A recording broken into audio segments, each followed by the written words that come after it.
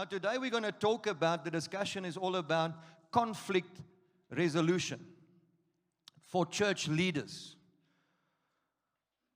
Now, all of you, when you started in ministry, you had a misperception about the church. Can I get another amen? Because we thought that church people don't fight. You know, they are children of God, they are followers of God, they are people of the light. And you know what? In the church, everybody loves one another. And then you started to work with the Lord, and you started to work with the people, and you were disappointed that even the people in the church, even pastors, they are all human beings. Amen? We are all human beings, and we all have flaws. And conflict, difficult situations in ministry is part of leadership. And we need to equip our leaders how to handle conflict. Another side of leadership is, and you know, with our last pit stop, Carl showed us that when we talk about communication, you need to understand there's different personality types.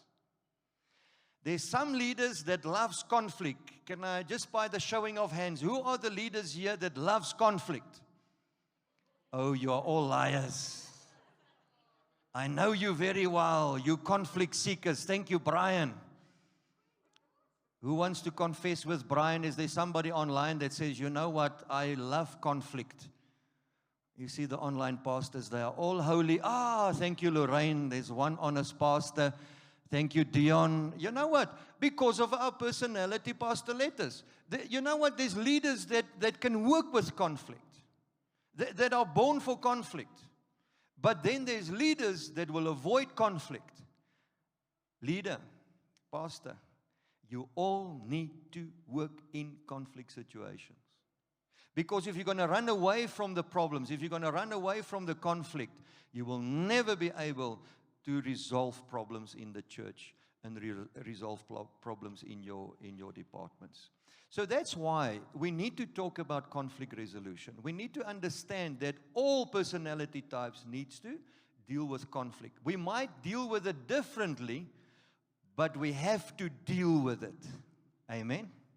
You have to face the challenges, and you have to have the wisdom how to work with these different personalities when it comes to conflict. Can we give our world-class coach a hand? Ag nee ouens, julle kan beter doen. You can do better. Thank you, Lorraine. Thank you. I see the people online. We heard those claps. And again, thank you. Welcome to all of our pastors and our leaders.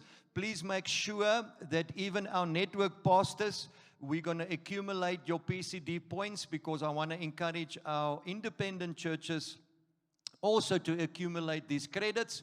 And at the end of the year, with our Connect conference, we will reward you with a certificate of the completion of these courses. So please, also for our independent pastors, please make sure that you accumulate these credits so that we can reward you and celebrate with you at the end of the year. So at the end, please make sure that Lindy identify you on the online side, and also the physical pastors that's here, that we can give you those credits. Again, thank you, Carl, for your time that you give this staff and the pastors here and our pastors online, and we are ready to learn. Thank you. Thank you. Can we pray? Pray for us.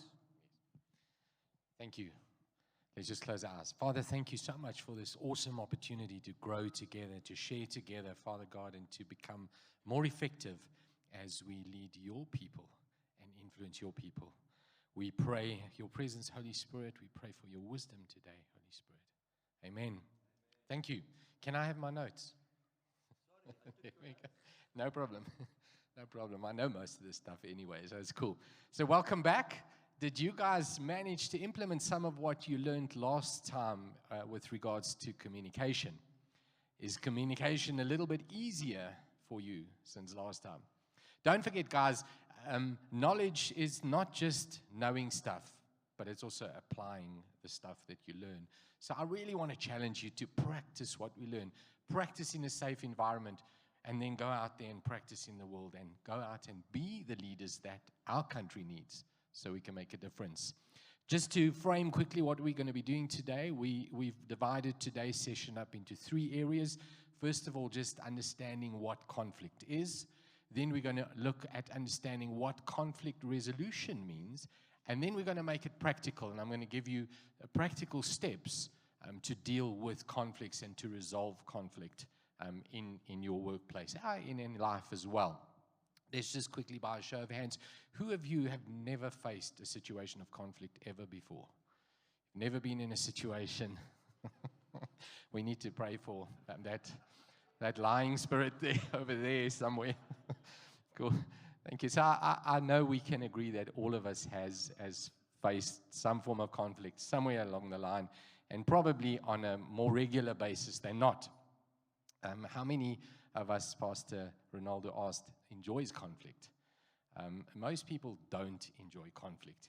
Even though they say, and we put up our hands and we say, yes, we do enjoy conflict. I think the only person I know that enjoys conflict is that guy from the movie Braveheart. Did any of you see Braveheart? It might be before some of your time. But in Braveheart, there's this scene where Rob Roy, I think it's Rob Roy, or what's his name? Yeah, where he gets on his horse and he heads out to face the enemy, to go and meet with him halfway. And one of the leaders on the other side says, where's he going? And the guy said, I think he's going to pick a fight. And so I don't think that us as leaders get up in the morning and say, today I'm going out to pick a fight. I'm going to go out there and I'm going to find somebody to fight with. Now, I know some people that kind of are like that. They like that confrontation thing. But it's a healthy kind of confrontation that they like, and that they come for when they pick those little arguments and those fights. Very seldom do you find someone who's malicious and they actively just want to cause destruction. But even if there are people like that, we need to understand how to deal with that. So let's just say, when I say conflict, what are some words that come to mind? When I say conflict, what word comes to mind? Argument, disagreement. What else? Anger. What else? Irritation. Stubbornness. Yeah, that's a good one. What else? Frustration. Fighting. What other words come to mind when I say self-righteousness? Yeah. Hurt, yes. Yeah, conflict. Pain, yes, because it's not nice. Conflict is not nice. So those are just some of the things that come to mind when we think about conflict. Now, conflict is absolutely normal. It's normal for there to be conflict. It's actually good for there to be conflict. You know, in the Jewish business circles, in some of the top business structures, on their board of directors, they pick what they call a 13th disciple. And the concept around that is to pick somebody who's always going to go against the flow. So someone who's always going to not agree with everything that the rest of the board or the leaders decide. And they do that on purpose because they want to feel challenged. They want to question whether they're making the right decisions, whether I'm on the right track. If there was never conflict in your situation, if there was never conflict in your church or in your team, how would we know whether we're heading down the right direction? You know what some leaders do? And last week we spoke about the personality types. But some leaders surround themselves with people that are just like them. I know I like to do that. I like to be around people that are just like me. We like the same stuff. We agree upon the same stuff. We all support the Bulls in rugby. I like to surround myself with those. Well, we did win on Saturday. So we like to surround ourselves with people that are just like us. And oftentimes that's a little bit unhealthy because we tend to go down the same wrong road, wrong path, because no one's challenging us. And when conflict happens, oftentimes it's because we need to be challenged in our thinking, challenged in the direction we're taking, challenged in the decisions that we're making. Because I don't know if you guys understand or know this or have ever heard this, but sometimes as a leader, I can be wrong. I don't know if you've ever heard that. It is possible. That's a revelation to someone in the back there. Maybe just write that down. So it's possible that I can be wrong. And when conflict happens, it starts to question within myself. So conflict is right. It is normal. Conflict is normal. It's healthy, but it's the way that you deal with it that will define you as a leader. The way you deal with it. And conflict has to be dealt with. You cannot run away from conflict. You cannot step away from conflict. Why? Because you're the leader. It's expected of you. You just have to do that, no matter how hard it is. I remember some years back, I belonged to a church, not this church, no church that any of you ever know about, so please don't talk about this. But I remember being in the church, and the senior leader in that church, he hated conflict, and he would avoid conflict by all means. And whenever a conflict situation arose, he would just bury his head in the sand and not deal with it, not talk about it. And it was very frustrating because there was conflict in the situation. I had a situation where there was conflict, and he just refused to deal with it. He just couldn't deal with it. He just avoided it. And that was because he was a brand new leader, and he didn't understand, and he hadn't had any experience in that anymore. So what I'm trying to say to you is that as a leader, conflict's going to come. Learn how to deal with it. Learn how to resolve it in a proper, constructive way. If you can't, or if you don't like conflict, or if you avoid it, that's okay for now. But grow in that and learn. And needless to say that pastor that I was talking about has grown since then, and he's in a much better space now, and actually he's got quite a big ministry at the moment. And simply because he's grown and he's matured and he's learned through all of that. So when we look at conflict resolution, first thing we want to understand is, what is conflict? So the definition of conflict resolution is that conflict is a collision of needs, values, expectations, and goals. It's a collision. It's where we collide with one another because we have a difference in needs. What I need is not the same as what you need. Maybe your needs, maybe you need to do things this way, and I need to do things this way because this is what I prefer to do. And so conflict arises. And when you think about it, it's quite petty, isn't it? But yet, conflict, like serious conflict, arises because of that. A difference in values. And when we talk about values, it's not only the principles or the values that I stand for or what I believe. It's not only those kind of values that are different, but sometimes it's what we value that is different. I might value sitting down in personal relationship and having a conversation with you more than what you value that. You might value group work more than what I do. You might value your sporting activities more than what you value coming to a leadership session like this. And it's not to say that I'm right and you're wrong when it comes to what we value more, but there's going to be conflict because of the way we handle things when that collision comes on. A difference in expectations, a collision in expectations. I expected to get 10 CPD points for today's session. And now there's conflict because now I'm not happy, and I'm going to talk about it. I'm going to tell everybody that I'm not happy about it because my expectation was different. When in actual fact, our expectation is that you get 3 CPD points. So sometimes when we think about conflict and the definition of conflict, it's pretty petty, isn't it? But it can escalate very, very quickly.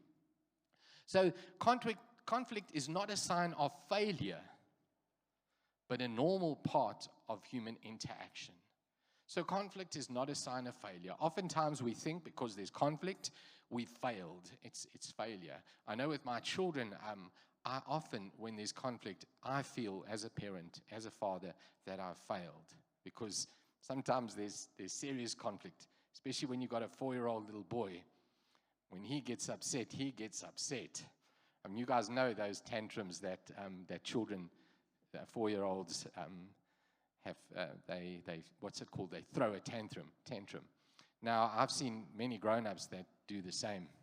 They can throw that same tantrum. So it's not a sign of failure. It's perfectly normal, and we've got to learn to deal with that. I've got 4 children, and I'm telling you, the lessons in conflict are hard. They're tough. And I have not learned them yet, but I'm trying my best. And the conflict resolution, this workshop really helped, and it helped me with that as well. So that's just the definition of conflict. So when we think about conflict, now we understand what conflict is. It's not failure. It's simply just a collision between two people, two ideas, two thoughts, two expectations, two value systems, a collision. And so when we experience conflict, sometimes we don't always know how to recognize conflict. How do I recognize conflict? When you think about conflict and when we think about recognizing conflict, you think about seeing two people whacking each other, and that's easy to spot. There's definitely conflict there, unless they're in a ring and it's a fight. But when we see that, we recognize, or when there's loud noises, we recognize conflict. But it's not always. Conflict doesn't always show up in such a visible aspect. And sometimes there's different ways to see conflict. Sometimes the signs are hidden. They're underlying. There's just something wrong. And you know that there's conflict. And there's different ways. There's silence or withdrawal. So someone will just keep quiet. They'll just withdraw. You just won't see them around anymore. They won't stand up. They won't say anything. They just be quiet in the background there and just carry on. Passive-aggressive comments. You will see these little comments coming up here and there, and then you know maybe there's something brewing there. Gossip or side conversations, that's a big one. Now, oftentimes, if I'm experiencing a conflict situation with someone, they wouldn't gossip in front of me. I wouldn't know about that, but the gossip will happen, side conversations. And so as leaders, we got to kind of be aware of that. And when those kind of things happen, it's a sign that there's conflict somewhere.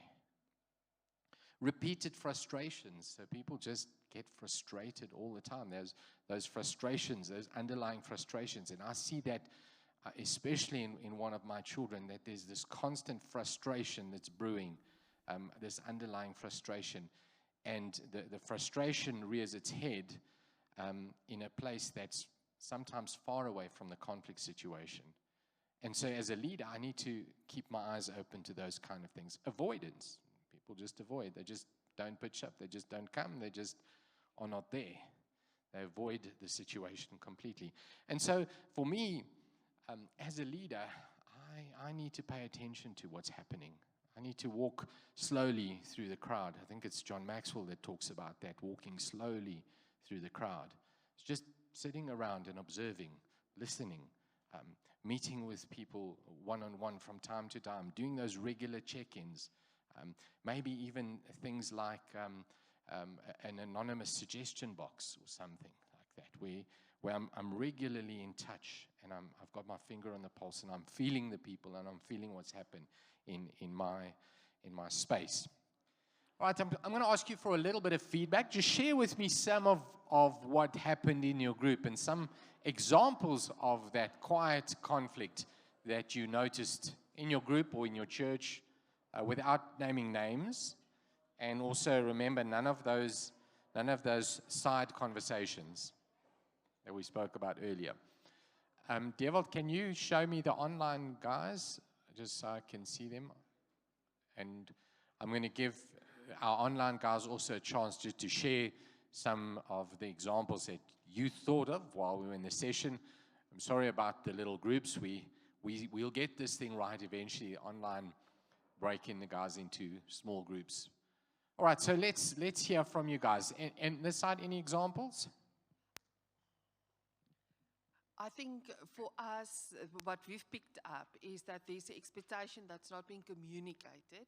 So you will share something, we'll ask a question, but when it's not, nothing happens of it. So then it creates conflict, because you will have the expectation, even if the expectation was not created.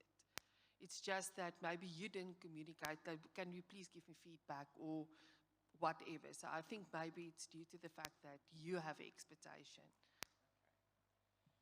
That's a very interesting one. You know how many times I work with businesses, and you sit with a business leader and he talks about this person who works for him who's absolutely useless, he doesn't do his job. And then I'd say to the leader, like, give me an example. He doesn't do this or he doesn't do that. Then I'd say to him, all right, so bring me his job description and bring me his KPIs, his key performance indicators. In other words, bring me the document that shows me what you expect from him. And you know how many times that isn't there? And so the person doesn't do his job, but he doesn't really know what's expected of him. And so you're absolutely right. As leaders, I know what's expected. I know what I expect because I had the vision, I have the idea, I know what needs to be done, but we often don't communicate that in such a way that the person who we're expecting this from is clear exactly on what we expect. Thank you. That's a good one. How many of you have experienced that? And you've seen that? I see a nod of hands, and I see those hands. Cool. Thank you. This side from you guys. What did you experience? And don't. That's like it's conflict here. There's conflict already because nobody wants to talk. We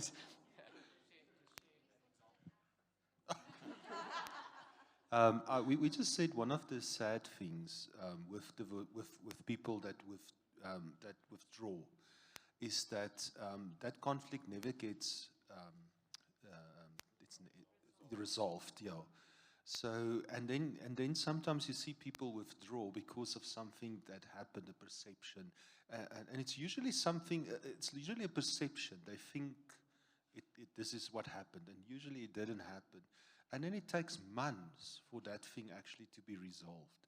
And then it's so sad because you could have walked out actually free because you were actually a slave to your own perception, and it took you months because of the withdrawal. Yeah, that's a good one as well. And you know, guys, that people withdraw and they leave sometimes. I don't know about you, but how many times have you had people come to your church and they talk about how they were hurt in a previous church? And if you had to go to that previous church and speak to the leaders there, they're totally unaware of what happened. It's just the person just withdrew and they left. And I can tell you probably 90+% of the times, it's a misunderstanding. And that's why they left. So, yeah, thank you for that. When that silent conflict is not dealt with, it eventually boils and festers and it bursts out and it becomes a huge thing. And oftentimes as a leader, we might show up on the side where it's ready to burst. We weren't there way back when it was a silent conflict and we weren't really aware of that. And now we show up and we've got to deal with this real conflict that's really bad. And that silent conflict, if not dealt with, guys, it will eventually explode. Or the person will just leave, go to the next place, but the same thing will happen. There's a pattern that will happen there. Thank you for that. Anybody else online that wants to quickly jump in and share? I don't see any hands. Maybe if you could switch your camera on, those of you who, if you want to jump in. There we go. I'm not seeing anyone. All right, let's have one more example from this side, from you guys. Am I putting you on the spot because you're a pastor here, so dirty laundry?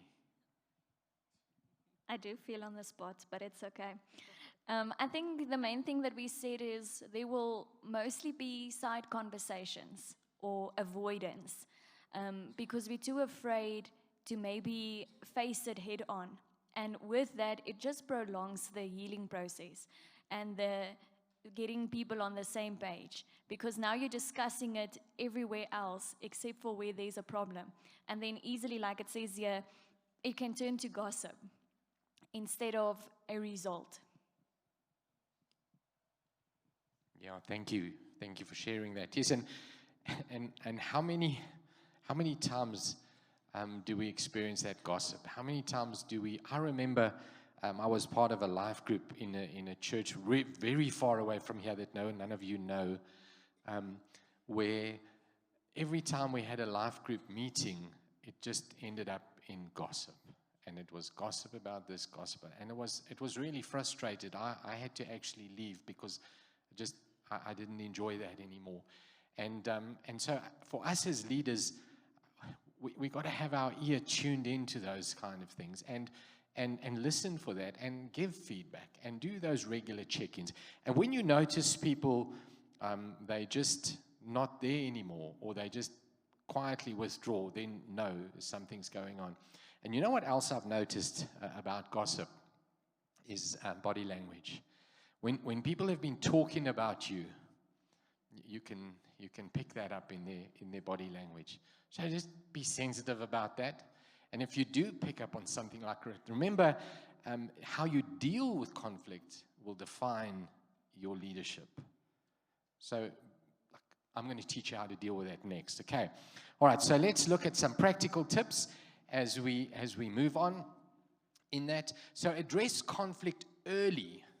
Address it early. Remember, small things grow if they are ignored, and we saw that by the online comment that came through there. If we ignore it, it becomes huge, and the last thing you want is outbursts on a Sunday morning at church. All right, create a culture of healthy disagreements. In other words, you know what, guys, we're allowed to disagree. We don't have to agree. We don't have to all be on the same page, but let's deal with it. Let's deal with the conflict. Let's resolve that, and let's find a way to move forward. And when we say healthy disagreements, remember the example of the 13th disciple, where the company would bring someone in to like fester those things, to challenge decisions and those kind of things. So oftentimes when this conflict shows up, it's to challenge you and challenge your thinking. So just sit back and use that as a sign. Listen for what is not being said. Listen for what is not being said. So oftentimes we think that everything's okay because nothing is said, but sometimes nothing is said because there's something there. So have those regular check-ins with your guys, regular meetups with your team, with the other leaders that you're working with. I mean, if you notice any of those things, just don't ignore it. Do the check-ins. Anonymous feedback, like I said earlier, anonymous feedback is a nice way of getting to know what's going on in your church and with your people that you're leading. Right, let's move on and look at what the definition of conflict resolution is. So when we talk about conflict resolution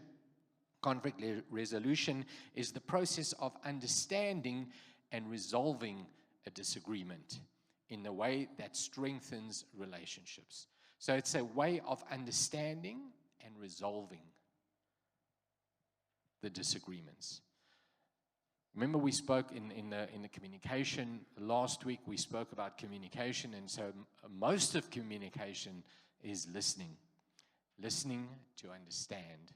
And so for me as a leader, I really need to understand what's going on before I can even think about resolving the conflict. And it takes a lot to sit back, hold back, and understand. Really, really give that some of your time. It's not about being right, but it's about restoring peace and clarity. It's not about being right. So conflict is not about who is right and who is wrong. I remember in one situation where I was a leader in an association, and we had a lot of conflict. I was brought in as a leader to resolve some of the conflict. And I remember the one situation, one set of conflict that we had.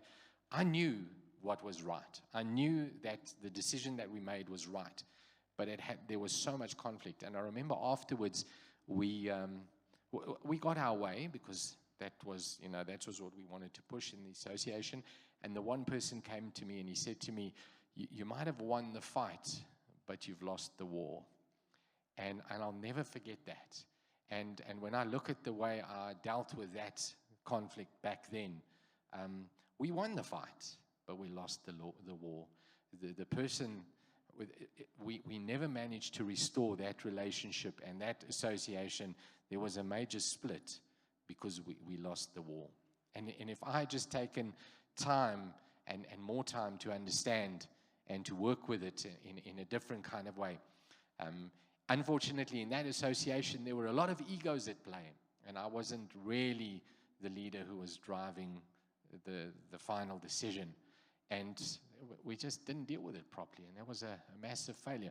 But it was an incredible learning opportunity for me in that space as well. So don't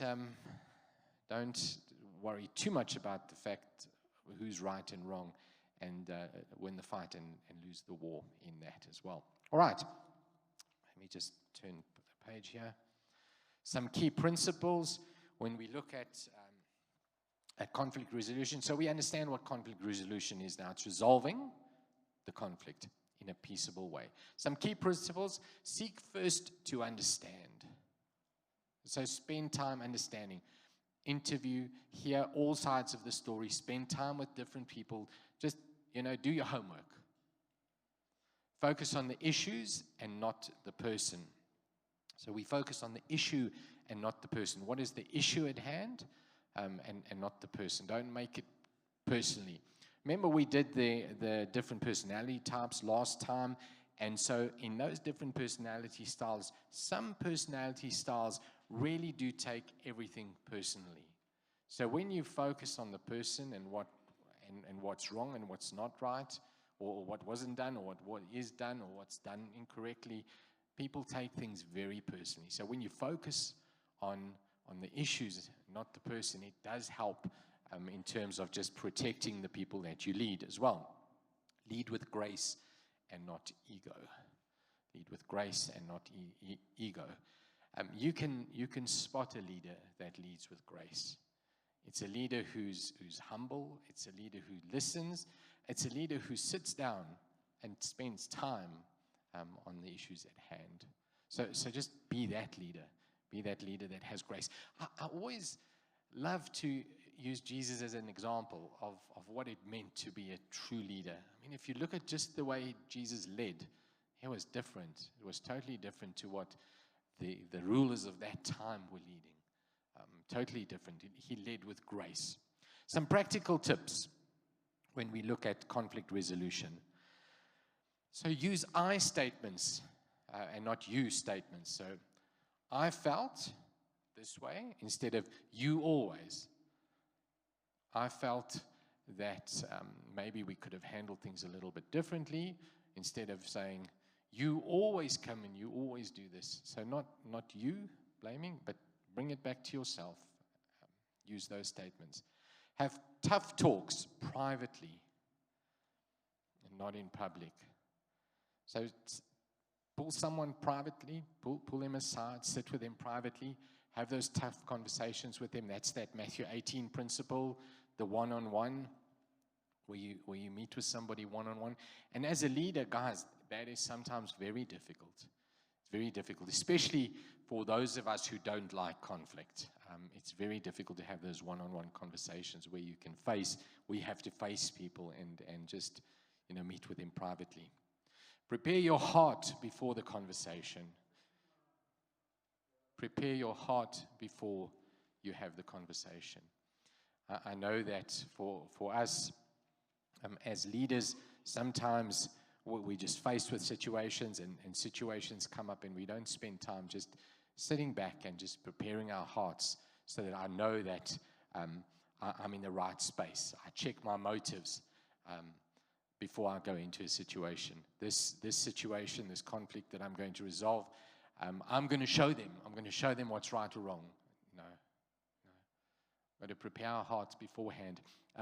I've even heard some leaders pray before they enter the conversation, and the prayer goes something like this: Lord, help them see their ways, help them see that they were wrong, and help them understand the right way to do things.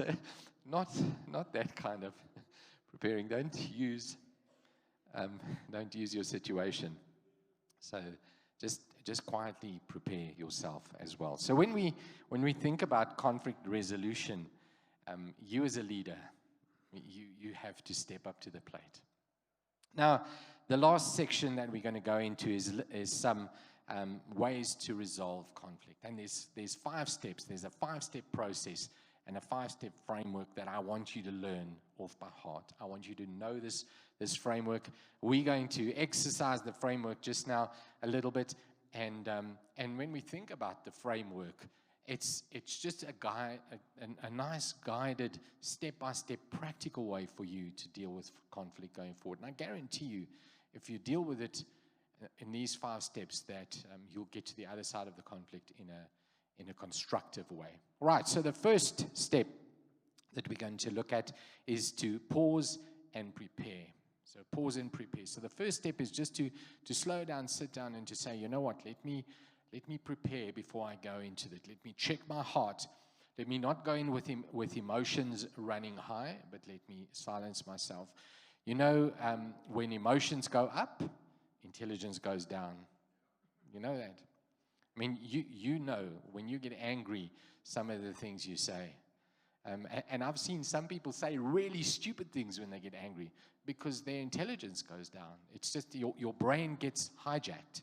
And it's actually, it's a physical thing that happens in your brain. It's a chemical release where your brain gets hijacked and you can't reason properly anymore. Think about the first time you fell in love. Your emotions went up. Think about those stupid things you did. Remember, back then, your emotions went up, intelligence went down.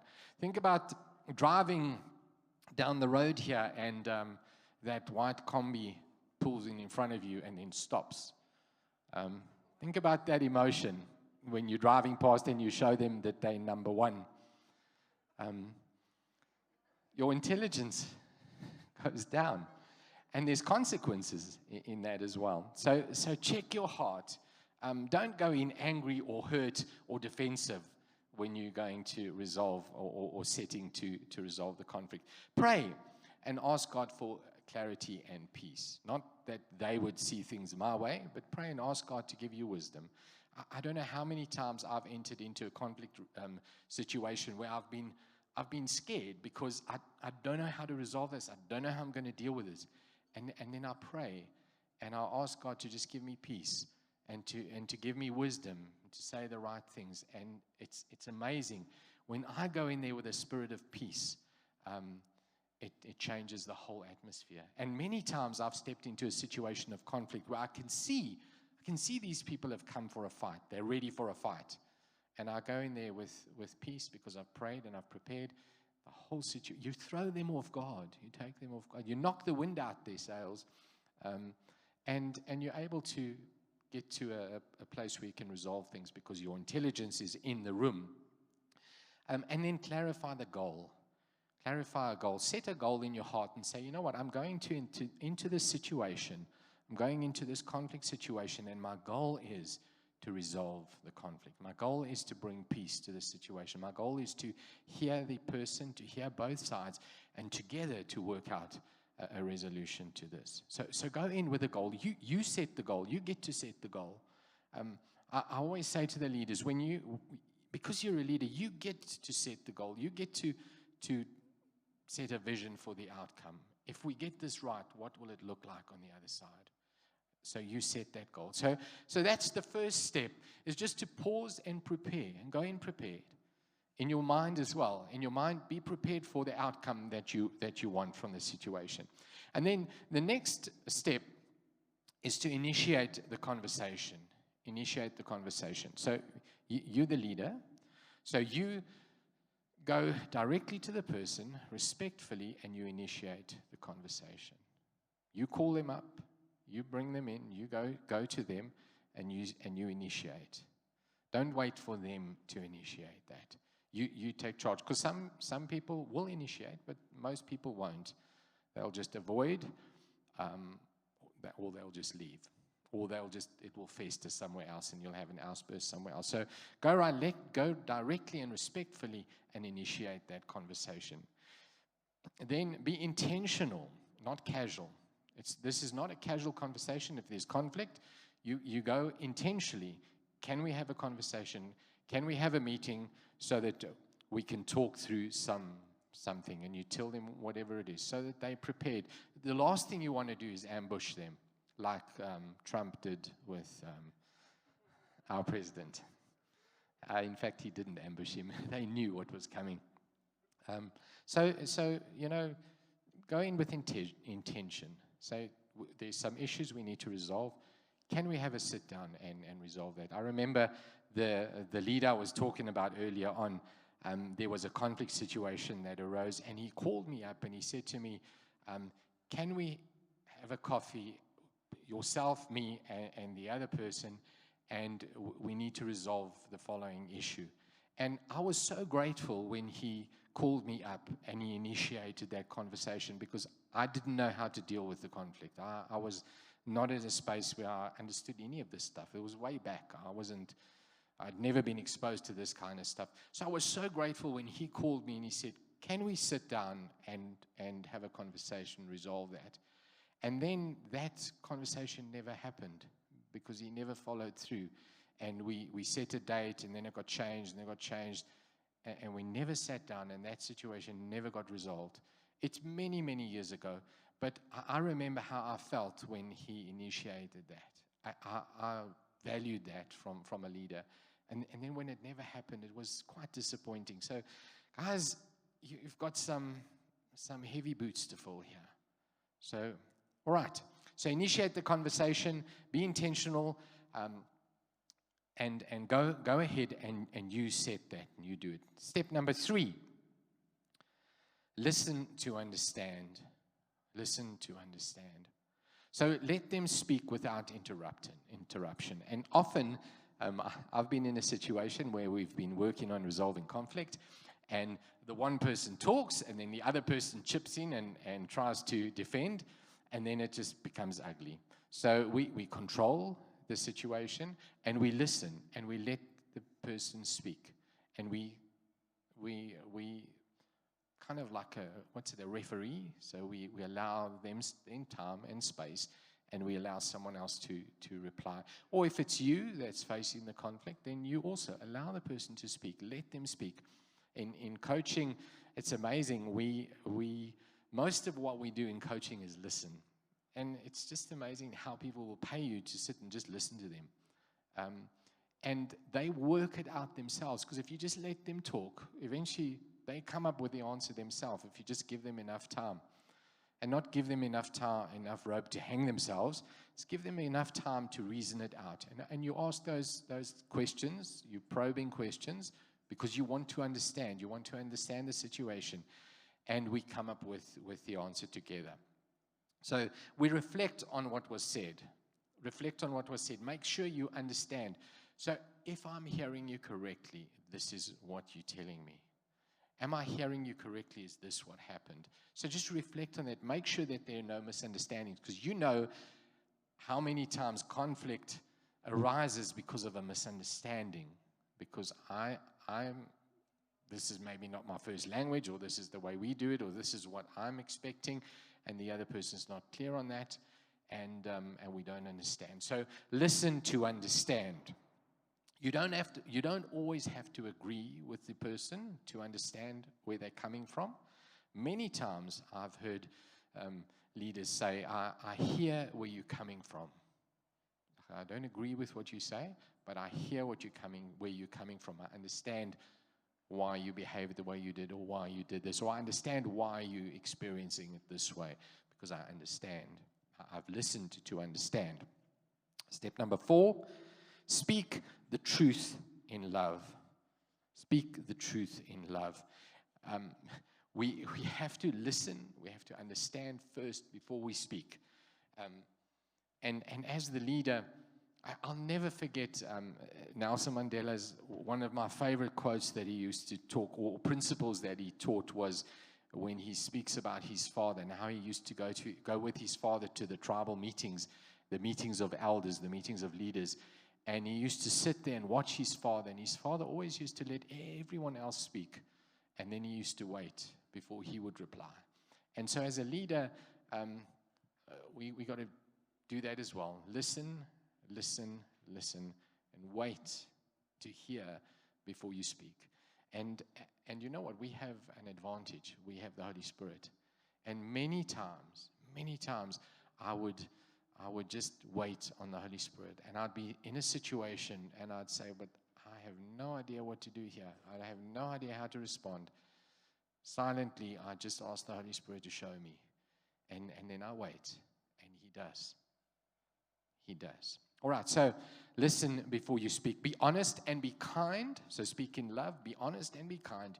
Use grace and clarity. Be kind in the way you speak. Not you were wrong and you should have, and why didn't you? But just be gracious in the way that you respond.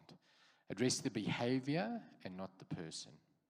I know with my children, there's lots of conflict. You guys will know. Or do you live in a home where the children don't fight?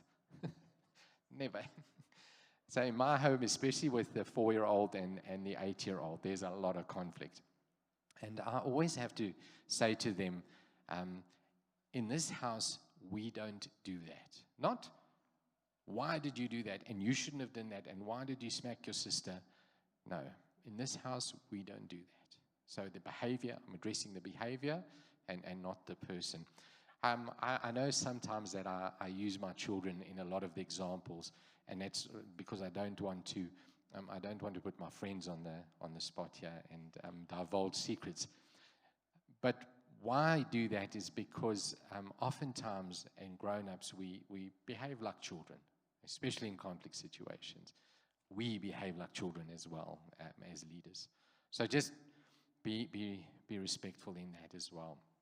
So when this happens, I feel misunderstood. I'd like to talk about how we move forward. So we talk about when we resolve conflict, when we speak to people, we talk about how we feel, we talk about the situation, we talk about the behavior, and let's find a way around that. Let's find a resolution to this problem. And that's step number 4. And then the final step, step number 5, we agree on a way forward. We agree on a way forward. So together we come up with a way forward, and we agree on that way forward. We set a clear agreement in place. We set boundaries in place, expectations, forgiveness, and follow-ups. We set these things in place. We agree on that together. We sit down together and we come up with an answer and how we're going to move forward. Maybe you would say to them, let's catch up again in 2 weeks. So we're going to do this, we're going to do that, and then in 2 weeks' time, let's catch up again and have coffee and see how it went. So peacekeeping is avoiding pain. So peacekeeping is when we avoid pain, but peacemakers work through the pain. So we as leaders, we're not peacekeepers, we're peacemakers. So peacekeepers, let's just keep the peace. So with my children, how do we keep the peace? You go to your room and you go to your room, and we're keeping the peace. Now there's peace. But that's not what a peacemaker does. A peacemaker sits down and we resolve the problem and we work through that. So think about it. So what are the 5 steps? So we pause. We pause and prepare. Then we ask, we initiate the conversation. We ask to talk. Can we get together? Can we talk? Then we listen to understand. And once we understand, then we speak the truth in love, and then we come up with a way forward together. We agree on a way forward together. We come up with that way forward. I remember in business, I used to own a cell phone franchise store, and oftentimes there was conflict. There were customers that were really, really difficult customers. Not often, maybe 1 in 20, 1 in 50, really, really difficult customers where there was serious conflict. And I remember how they used to come into the store and they used to be upset and they used to want to make a scene in front of everyone. And my staff battled with that. I was always the one that had to deal with the difficult customers. And I knew that I was the leader. I had to do it. I couldn't chase them away. I didn't want to lose my business or lose a customer. And I remember how I used to then have to call the customer. So I would prepare. I would follow these steps. I would prepare before I would call them. I would initiate the conversation. Come in. Let's see if I can help you resolve your problem. And then when they'd come in, I'd listen to them. I'd really listen to them. Most customers just want to feel heard.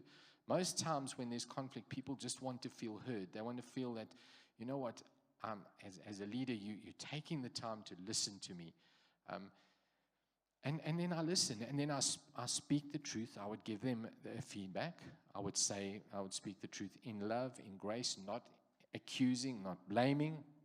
And then together I'd say, okay, so how would you like us to resolve this? What would make you feel that this problem has been resolved? What would make you happy at the end of the day if we did that? And I remember the one lady came in and she was talking about the way one of my staff members treated her. So I said to her, so what would make you happy? Would you like me to fire this person? And when I said that, she just became soft and she said, no, please, no, don't fire. Don't want them to lose their job. And we were able to resolve the conflict because I followed those steps and those process and this process. So remember that. It's easy. It's 5 steps. Just slow down. Initiate the meeting. Listen to understand. Speak with love. And come up with a solution together. It's not that difficult. And I guarantee you, the way you deal with conflict, will define your role as a leader. Just some practical tips quickly when we look at conflict resolution. So avoid emotional ambush. Avoid that emotional ambush. Be open about it. When you calling someone, when you're speaking to someone, when you're addressing the conflict, like, don't ambush people. Don't get them in the room with a hidden agenda and then slap everything on them. But don't ambush them. Schedule tough talks with the people that you need to deal with. Use neutral mediation if necessary. If the conflict situation is beyond your control, bring in a neutral person to come and help, a senior pastor, a coach, or a neutral leader to come in and sit with you and help you resolve that conflict situation. Often, the conflict might even involve you, and maybe you might need to bring someone in. So do that. So document and pray over every agreement. So once you've come to agreement, that final stage where you've said this is how we're going to resolve it, write it down, document it, put it down on paper, and pray over it as a leader. Pray over it. So this is what we've decided. Let's just pray over that, and then move forward with that. But when you document things, it's very difficult for there to be a misunderstanding later or something come up later. And I know for me, I enjoy that when I've had a meeting with someone and they would send me a document later, an email or a short message just saying, thank you for the meeting. This is what we've decided, 1, 2, and 3. I'm clear on the expectations. I'm clear on what we've decided on the way forward, and we can then move forward. Before we wrap up, I want us just to go back to your notes there. And point number 1 there on your notes, on the 5-step framework, it says, let's match each one of the steps with the descriptions below. So point number 1, let the other person share first without interrupting. Which step is that? Let the other person share first without interrupting. Step, which C, yes, C. Think and pray before reacting emotionally. Step A, yes. Then number 3, express your concern honestly and respectfully. D, yes. Reach a shared understanding, and the next step? Perfect. And then ask for a conversation in a clear, respectful way. B. Perfect. All right. Okay, so we're back in the room. Our online guys are back with us. I want to check in with the online guys quickly and just see how your breakout rooms went and what was discussed in the breakout room. We sometimes forget how easy it is for us just to sit into little groups and then have a discussion. And online, it's a little bit different. So how did you guys online experience your breakout rooms? And I'm going to ask, Lindy, how many breakout rooms did we have online? How many breakout rooms did we have online there at the back? 7 breakout rooms. 7 or 8. Okay, so let's have some feedback from the guys online. Who would like to share with us from your online room just what was discussed? So if you could give us that real life conflict situation and what steps you might take to resolve that. Whose hand am I seeing first? Let me see. I'm battling to read on screen here. Who's here? The screen is reversed on my side, so it's in Arabic where you're reading from the. There we go. That's better. All right. So who wants to share? Who wants to go first? Just put up your hand, and then Dewald will unmute you at the back there. There we go. There were 8 online groups, so I'm expecting 8 people to put up their hands. A leader from, there we go. There we've got one there from CGI Church. There we go. We saw that hand. There we go. Share with us. Okay, if you unmute yourself. Thank you. Good morning from my side. Good morning. Yeah, mainly in our breakout group, we saw the importance of taking the initiative and being prepared. I think that I personally, that having a goal, like you said earlier, people usually come into a conflict situation and they're ready to fight. They know what they want to say and what they want. And as you as a leader is not prepared, your heart's not prepared, you just end up, and I'm one of those guilty ones. I neglect to listen properly because the things gets emotional very quickly. So yeah, if you prepared, you prepared to listen as well. Thank you very much. Thank yes, you. That's important, having a goal, and the goal is not to go in and win the fight. The goal is to resolve the conflict and find a way forward. So thank you for sharing that. That's very insightful. And then, Pastor Zanele, I saw your hand was up. Do you want to unmute and share with us? Greetings, leaders. Thank you so much. This is so informative. We spoke about how to resolve and the real life scenario that we discussed. It is one pastor. We're battling to hear you there. It's very unclear. Maybe just if you could speak a little bit closer to the microphone in your computer or your. There we go. Testing 1, 2. Is it? Can you hear now? Yes. Okay, go ahead. Okay. This is a scenario that we had in our group. One leader told us that there's been a conflict between leaders of the church in terms of the building, the church building. Is it allowed to be shared with the community, such as funerals and other community events? And some of the leaders still felt that the church belongs to the church members and not the community. So basically, we had that conflict, a pastor need to come in and share the vision that the church is in that area for community, not only for the members, but must impact and reach out to the community. And one of the things is to allow them to come in and access our church hall in terms of funerals.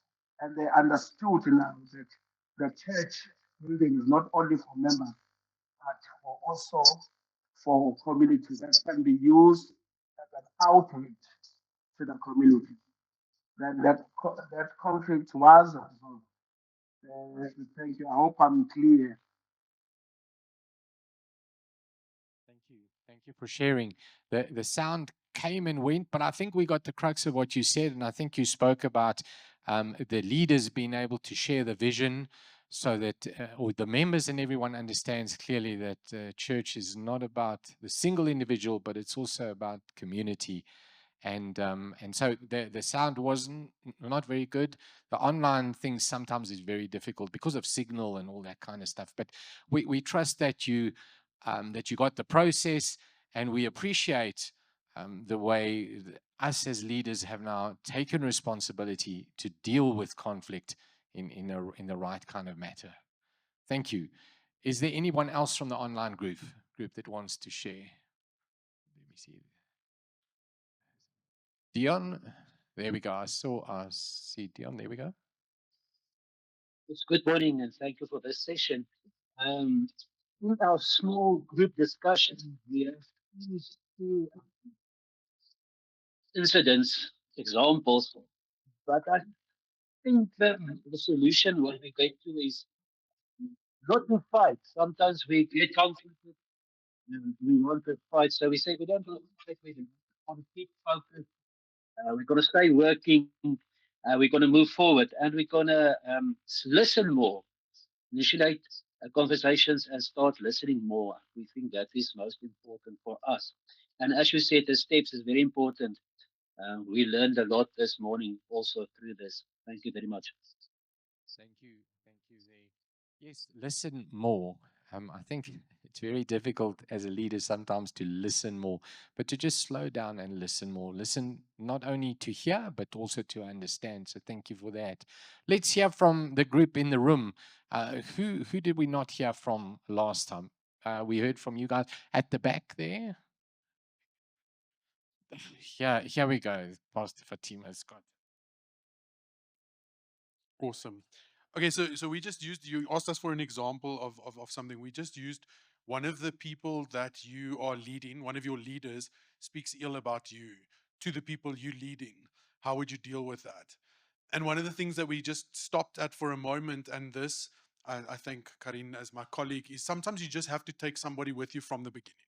You can follow these steps to the T, which are great steps, but that person on the other side just wants conflict. And if you don't have a backup, then you're going to get into trouble, no matter how much you want to. So yeah, take somebody with you. Thank you. Yeah, that's some good advice there as well. So you guys are leaders, and you'll assess the situation, and you'll know how to react in which cases. But yes, a neutral person. Oftentimes we take someone with us who we've already influenced, and they go in with a bias, and they've only heard one side of the story. So just be fair in the way you resolve that as well. And then here and this side.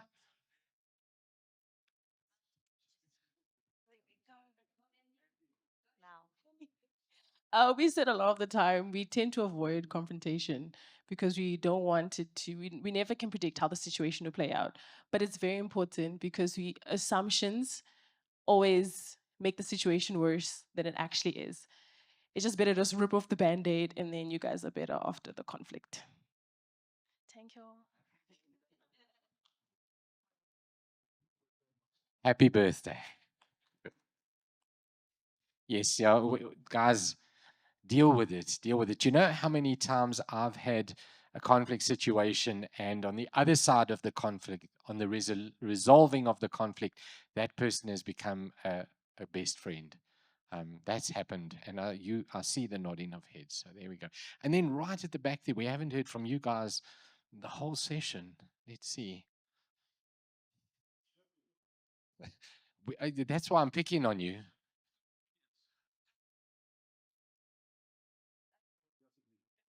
Our conversation was more about something that's coming up in this week, a conversation that we need to have with someone specific that's doing work for the organization. And it's actually the opposite of what that group had. This person has got someone at the back instigating things.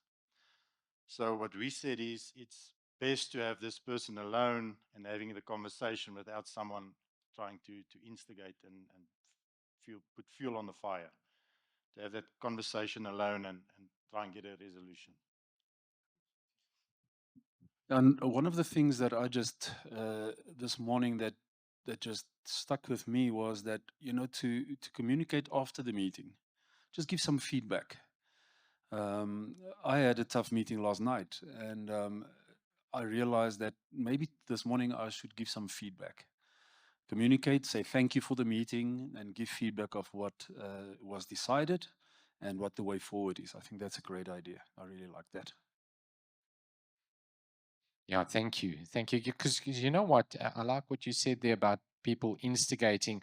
Oftentimes, there's innocent victims in this thing, people who are influenced by other people. They haven't heard the story. I often would have people stand up for me because they want to defend me because I'm their friend or something, and then they would they would be caught in a conflict situation when in actual fact they have no idea what went on. They've only heard my side of the story. And now they standing up for me and they fighting for me when maybe I was wrong. And so that does happen, yes. And then the feedback thing, yes, that's very important. Guys, remember as a leader, communication, that's why we started with communication. It's so important. So conflict resolution, back to communication. How am I going to communicate? Am I going to give feedback? Am I going to respond to that? Don't leave it hanging. It's your responsibility. Before we close, finally, let's have some questions, some maybe some challenges that you're facing, maybe something that you want to raise here in the group from the online guys. If you want to bring some comments forward, or if you have got something to say or question, please, you're more than welcome. I see if you'd like to just unmute yourself and we'll allow you to speak. There's a hand at the back here. Yes. Let me give you the mic. If you are facing a few situations, but you're realizing the same people are involved and it becomes a common denominator, and you've spoken to those people before, you can speak the truth in love and you can follow the steps, but you also have relationship with those people to kind of know. Some people just like gossip, or they just like to see what other people's opinions are about things and they stir. How do you lovingly put your foot down, or yeah? Yeah, that's a difficult one. Who'd like to answer that? Where's Pastor Ronaldo? Okay. So normally there would be a code of conduct in your church. There would be certain procedures that you would follow. They're rules that you would follow. So sometimes you need to revert to the rules, always in kindness. I know that I've had people like that before, where I've made them the leader. I've put them in charge and put their feet in the shoes on the other side. And it's worked in some cases because they got to see what the other side looks like, and that helped. So each situation warrants a different response, and it's not an easy thing to answer because people, but follow the 5 steps and get to the bottom of it. Listen to understand. Pastor Ronaldo, do you want to jump in and save me? No, you have to save me. But I just want to say, I see there's some of the online people that needs to leave. Can we make this session an hour and a half in the future? Because an hour is not enough. If we want to make it interactive, we need more time. So thank you for the online people. And you know what? It's only the people that stays for the end of the sermon that will go to heaven. And I'm talking about the altar call, It's only those people that will go to heaven. So it's only the online people that will stay until the end that will get their PCDs. You understand why I say it. But I think what we need to understand, and I think in this team, we speak a lot about culture. Gossip is something out of culture. And you can add a lot of things to gossip. So I think as leaders, you want to create a culture that corrects itself. So gossip is a problem in a team. But if we address it, and I think that's why conflict resolution, and we spoke about it in this team, crucial conversations. How many of you remember that teaching? Some of you have been here a while, crucial conversation. Conflict resolution and that's why we call it a resolution. It comes to the solution of the problem. But you have to face the conflict. You have to have that crucial conversation. And I think it's culture that saves us. But leadership needs to implement and model the culture. It starts with the leader. So if the problem is gossip, I think, how do you address gossip? With good examples. You address it by teaching people the bad side of gossip, and you face it in the team. You don't leave it. And that's what we've learned. So when you hear people gossip in the team, don't leave it. Don't be the gossiper. Address it there and then and says, hey, don't wait for the pastor or the leader because you are the leader in that situation. You know this is not part of our culture. And you address it there and then. And then I think those people will be very careful again to gossip in the presence of other people that's part of that team. I think it always goes back to culture. Create a culture that allows crucial conversation. Create a culture that doesn't gossip. Create a culture that addresses the wrong things in a team. Does it make sense? I think you all know about it because we speak a lot about it. What if the people who are doing that in that culture, like that culture of gossip now, are resistant to you creating a new culture? There's got to come a time where you got to put your foot down and there needs to be ramifications. That's why you need to be strong as a leader. You can't accept it. You stand with the truth because the truth will set you free. Remember, good things will always be resisted. Evil things will come naturally. It's the human nature. And this morning we spoke in our meeting with the department leaders, we spoke about human nature. Human nature will always go that side. But we as leaders, we bring the people to the truth because it's the truth that set us free. So will you experience resistance? Can I ask this team, do we experience resistance? For sure, because Paul spoke about the flesh. He says the spirit is willing, but the flesh is weak. That's the resistance. Renee? Just take them.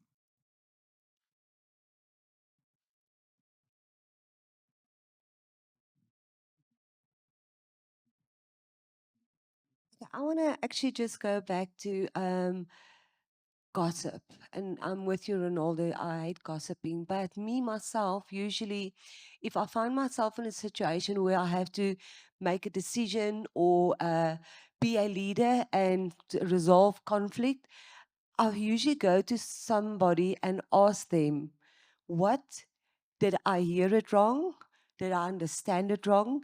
Give me advice, and then I will get. And sometimes that can look and sound like gossip, but sometimes just me getting some information to know how to handle situation from there.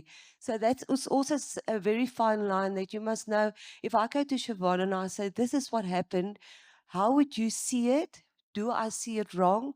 And do you think I have to approach the problem, or is something going to happen? So I do understand gossip is an awful thing. I hate it. Daai in die gange praat, but I honestly must say sometimes I need advice, and that can also look like gossip. Guys, so company culture or your culture in your church, in your organization, I always think about it like this. It's the way we do things around here. This is the way we do things around here. We do or we don't. And it's those boundaries that gives you freedom within those boundaries. Remember the 5 steps. I promise you, follow the 5 steps. Even the question at the back, those difficult people. What's the final step? What's the final step in the 5 steps? Agree on a way forward. So if you have that person, that sticky person, you follow the 5 steps with them. And if you're not sure about it, practice them beforehand. Get together with another leader and say, I'm going to be facing this situation. Can I quickly practice the 5 steps with you? And then role play it with them so that you got them in your head. And at the end of the session, the outcome that you want is a way forward. And if it's that difficult person, then ask them, what do you feel a way forward for us in this situation is? And work it out together. Find a solution. There is a solution, I guarantee you that. I just want to add to what Renee said. I think that's a lot of wisdom. But again, culture. I think in this team, remember with our pastors' retreat, we understand there's different characters, there's different personalities, there's different emotions in this room. And your emotion change. And I think that's wisdom to say, let's create a culture where people can speak freely. Remember that little plant, that picture that we showed? if I'm going to, and I used Andrea as my resistor because Andrea is a young leader standing up, and in meetings, I can override her. Remember, I used her as an example. So we don't want to create a culture where we step on ideas or we step on people that wants to speak their hearts and identify problems in a team. We must be very sensitive not to tramp a new plant for growth coming up, because we can easily as leaders stop listening to people. And I think that's what Renee is saying. You know, the pendulum mustn't swing too far. We must be able as leaders to listen, to understand the personalities. And I think listening in communication, because we want to speak too much, like I'm speaking too much now, we have to listen. Okay? And we have to understand that we are, as leaders, we create the culture. Your people need guidance. Your people need teaching. Your people need examples. So don't blame your people.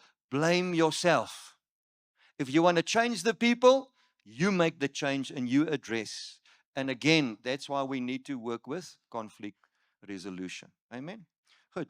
I think we've taken a lot of time, our online people. Thank you for your patience and thank you for your involvement. Again, what is the next topic for next month, Cole? Did we already identify that? I know that Lindy sent out a survey to our leaders to ask you, what are the challenges that you are facing in ministry, that we can address it?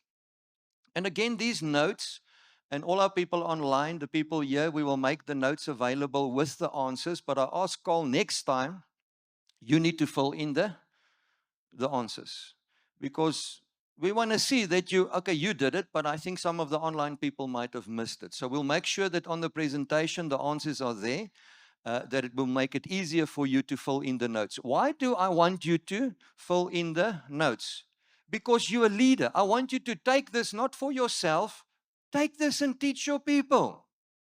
Because it's not just for the leader or the pastor, it's for the congregation. It's for your team under you, that I want you to use this teaching and teach others. Amen. That's why we do it. It's not just for yourself. So please make sure that you get the notes and that you equip yourself to equip the saints. And that's the mission of this network. If we equip the saints, if we equip the leaders, the body of Christ will be uplifted. We will start to see mature leaders standing up and the church will become stronger. So thank you that you were here, especially the people that are here physically, but also our online pastors. Thank you so much. But in the future, can we give a little bit more time for this session? I see it's now 22, so it took 1 hour and 40 minutes. But I need to make it more interactive, and I want to hear from you, and also that your voice will be heard. Is that okay? Can we give a hand to Carl? Thank you, Carl. Really appreciate it. Is there a topic for next month? Or Okay, we'll discuss it, but out of the feedback that we got from our leaders and pastors, we will let you know our next pit stop for the second, always the second Tuesday of every month, same time, same place, we will equip our leaders. Can we stand? And I want you now to put your hand on your brother and sister and all our people online. Will you stretch out your hand as we pray for our leaders and our spiritual family? Lord Jesus, thank you that you have given us the mission in Ephesians 4 verse 12 to equip the church. And thank you, Lord, for this opportunity where we can again equip ourselves to equip the saints, to equip the people that you've put in our hands. And Lord, ministry is all about difficult situations. Because you said we have to be prepared. If we want to follow you and your ways, we have to take up our cross. And sometimes, Lord, it takes sacrifice, it takes effort, it takes boldness to face these difficult situations. But now I pray that you will give us wisdom through your Holy Spirit, that you will anoint us to resolve these problems, that to resolve these critical things in our lives and in our ministries. But Lord, guide us that we will first love your people. And many times, Lord, we will win the fight, but we will lose the war. Sometimes it's not worth it. And help us that we will have wisdom when to address it and how to address it. Because sometimes we need to leave things for you to handle. But sometimes we need to step in by faith and handle it and take responsibility. But give us that wisdom. We stretch out our hands also to Carl, and thank you, Lord, that you use him, and we bless his ministry. But also as we touch our brothers and sisters, as we stretch out our hands to our online pastors and leaders, we bless them in the name of Jesus. Thank you for the anointing of the Holy Spirit. You know their needs, and we bring it before you, and we pray together as a Word and Life family today. Thank you, Lord, that you are our provider. Thank you that you are our blessing. We stand under the covenant of Jesus Christ. Therefore, the curse is broken. Sickness is broken. Every challenge that is ahead of us, we know, God, that you have given us the power to overcome these challenges. And that's my prayer, that you will bless our leaders, that they will experience your presence in every moment, that when they deal with these difficult situations, they will know that God is with them. And if God is with us and for us, who or what can be against us? Thank you for your peace that will guide us, that will lead us, God, a peace that surpasses all understanding. In Jesus' name we pray. And we all say, it will come to pass. Thank you, pastors online. We love you, bless you. Thank you. We see one another shortly again. And everybody here, may God bless you. We see one another again, same time next month, same time, same place. Be blessed. Thank you.